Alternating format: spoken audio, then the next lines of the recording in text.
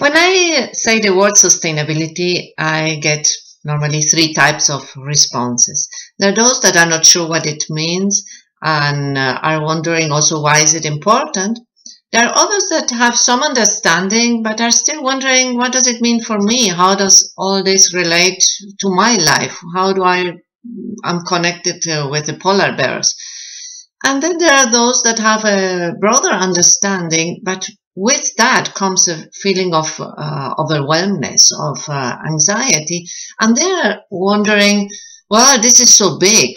What difference can I make? What can I do to this? Fortunately, there is a growing awareness thanks to books, conferences, media coverage, and while we are not fully getting all the connections, we are starting to see some of them. We are noticing that when there is a flooding in an area, there is an economic disruption as a consequence, or when there is a drought, what follows is a scarcity of raw materials in a production line, or we can see that where there is higher inequality, these are areas more prone to violence or social unrest. We more locally, here in Florida, we can see that with sea level rise, there is a threat of salt water coming into our underground water reservoirs and getting into our drinking water. So all these different challenges are showing us that there is certain urgency in this time. We need to act. That is why there is such a need to develop change accelerators. What are change accelerators? These are points of leverage where the action can rapidly multiply and get faster into a broader dimension. How do we develop these change accelerators? Well, there are three steps. The first one is developing awareness. By providing information so that the scope and size of the challenges can be seen clearly, and also the interconnectedness of these different events, connecting the dots. The second is making meaning out of the information, connecting the information with the feelings, with the heart. What does it mean for me? How does this connect to my life, with my values?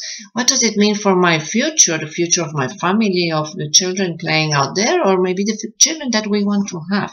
That is when it becomes personal.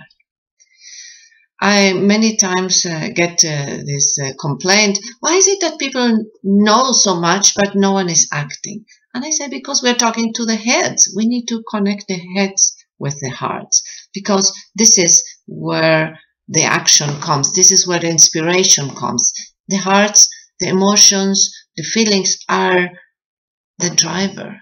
That is what moves us to act. And actions, this is the third step. We need to make it easier for people to see how they can make a difference. How can they act? What are the simple ways in the day-to-day?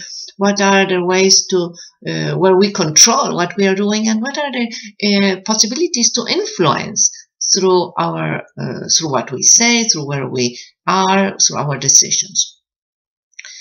Because as I saw recently in a sign in a march in New York, everything has to be redesigned, reinvented.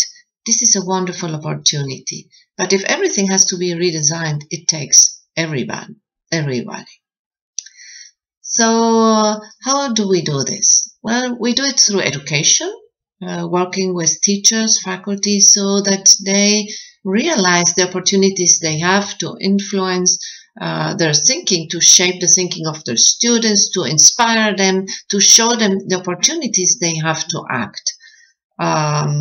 Providing information, but also helping them to make meaning out of that information, something that is very important in these days. Not so much collecting information, but also what does it mean? So we have to slow down and connect the dots. Also working with leaders, developing the sustainability mindset in leaders, being their corporate leaders, community leaders, so that they understand what is at stake and what they can do. and working with women. It's through women getting together in circles where they support each other and they empower to step up and speak up and act. So the cycle is awareness, passion, action. If you are alive today, you have a role to play. So what will you do?